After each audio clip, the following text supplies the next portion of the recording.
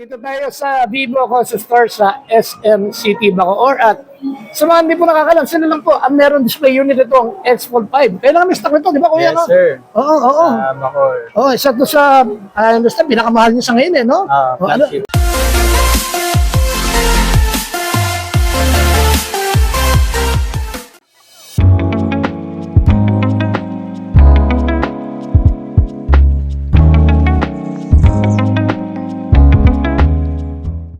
Okay, so dito bossing yung flagship phone natin na Vivo X Fold 5. So kung tawagin ay business phone. So para sa mga medyo tinatamad magdala ng laptop or tablet, so ito po yung solusyon. So from here, no, nakatupi siya. Yan yung pinakaharap niya with a 6.03 screen. And then pag nakabuklat siya, so 8.03 yung lapad ng display niya. Tapos napaka-lightweight niya lang. 217 grams. And then, 4.03 lang yung nipis ng phone na to. So, dito nga pala main feature niya, gamit natin na processor Snapdragon 8 Gen 3. And then, sa battery naman, 6,000 mAh. Para long lasting naman yung usage natin. And then, regarding sa charging speed, 80 watts po yan. So, dito is, syempre, pang flagship ni Vivo, dito naman nakilala yung mga X series, diba? So, Zeiss lens pa rin yung gamit natin dyan. Ayan po. Zeiss. So, ito yung main camera, 50 megapixel. Telephoto lens, 50 megapixel main camera. Also, we have ultra-wide. And then sa front cam is 32 megapixel. Zeiss lens pa rin. Okay. So, ito pa yung isa sa mga main feature ng mga flagship ni Vivo is naka IP68 and IP69 protection yan. So, if ever malubog yung phone natin, sa lalim na 1.5 meters, kaya niya itong i-resist yung water sa tagal na 30 minutes. So, again dito, edit. So, we have also AI erase, nandiyan pa rin.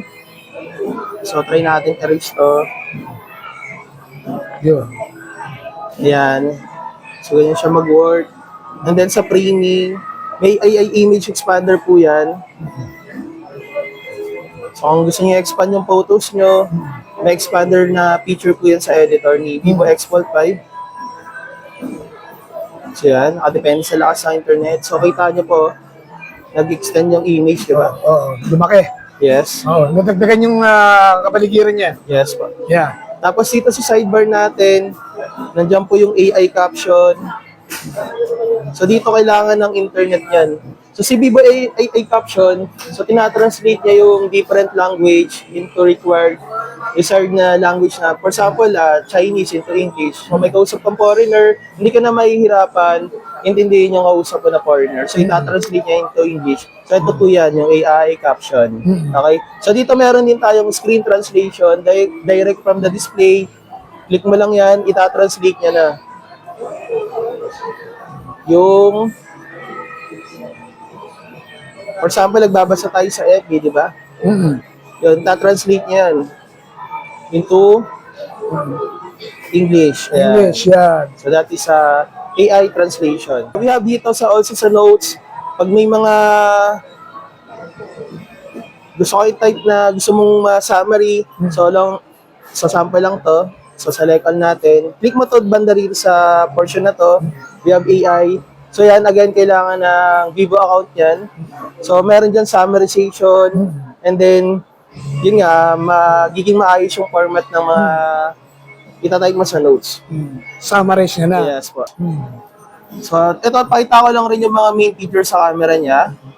So, click natin to. So, yung pinaka-front cam natin. No? Ganda, oh. Dapat. So, ganyan siya kalinaw. Sa rear cam. So, dito sa video natin, stabilize po rin yan. Ito, meron din tayong 80 resolution. So, 4K natin, may 60 FPS siya. Napansin ganyan, no?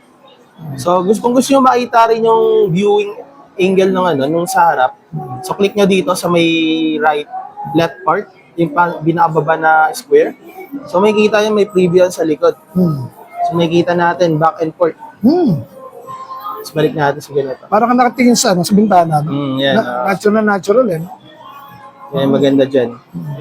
Tapos sa camera, may mga AI feature po tayo dyan sa portrait. So ito yung mga nagpapaganda dyan, yung mga ibang filter niyan. So yan, wala to mention, yung mga negative film na filter, at yung Zeiss main camera. And then also try natin yung yan. So we have 7 bokeh flare pa rin dyan. So nababago yung pinaka-sample natin dito sa kasama natin. Cheers. So check natin yung result. Yun. Yan, ang ganda ng sample, di ba? Oo nga, ganda. Oh. Very, Yan, no? very natural eh, no? Nakuha pa rin na maayos. Oo. Di ba nag-transfer? Ulitin natin. Saba, si Kuya. There's a reason ba't ganun ang presyo eh, no? Ayan, oo. Napaka-natural ng kuha. Kita niyo Napaka-natural na may na. result, oh. Mm-hmm. Ayan, di ba? Oo nga. Ginagawa niyo natural yung kuha. Mm-hmm. So yan ang post-processing niya. Yes. Tapos, okay. if ever, syempre, fold 5 nga naman siya, fold phone, so parang tablet light. So, hindi mawawala dyan yung multitasking. So, try natin dito. Long press natin yan. Pangat. And then, click mo dito, small window. So, another one, mag-open tayo ng another application. Sample YouTube. Small window mo ulit. Pwede ulit yan. Okay. Multitasking.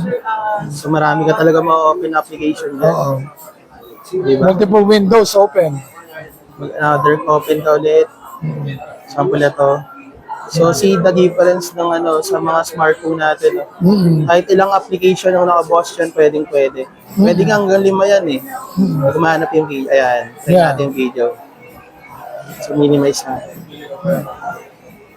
Yan. For busy person, di ba? Imagine ilang application yan, no? Hanggang 5 application. So, ganyan siya ka-powerful do. Hindi siya maglalag. Tapos ang tibay nga pala ng display natin, naka-dual armor glass yan. Oo. So, dito makakapa mo dito sa gilid, parang may mas makapal na glass.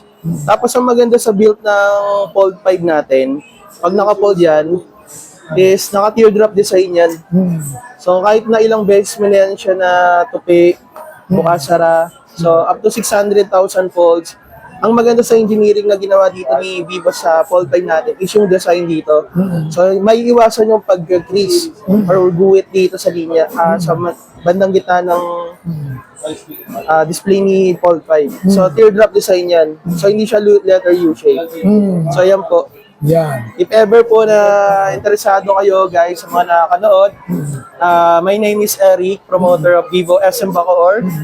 So dito lang din yan. Then pwede naman kayong mag-drop ng message kay Sir Ronjen. If ever may mga questions kayo, message lang po kayo sa kanya. So nandito lang naman po kami para sagutin yung mga tanong ninyo at ibigay yung mga pangailangan niyo regarding sa smartphone. Eric, anong previous niyan? Previous po na to. So napaganda ng previous natin dito. Sa presyo nga pala, bigay muna natin presyo niya. Ang presyo niya is 109,999. And then natin magiging previous natin, boss. Vivo Watch GT worth 7,599. Vivo Earbuds na worth 2,000. So ito yun na, katulad na, pakita mo, boss. Ayan. Yeah. Ang Vivo Buds. Tapos, syempre, meron din yung VIP card. So, yung VIP card na kapaloob po doon is extended warranty. Sa loob na magiging 1.5 year yung extended warranty niyan. And then, 6 months screen broken insurance. Yun po. Tapos, may discount din tayo sa mga accessories natin. All cards payment, pwede po yan. 12 months po yan sa credit cards. And then, available din sa mga ibang financing like Home Credit, Bilis, and Skyro. Bisita lang kayo dito sa SM Bacoor. If ever interesado kayo sa flagship phone ni Vivo, which is Vivo X Fold 5.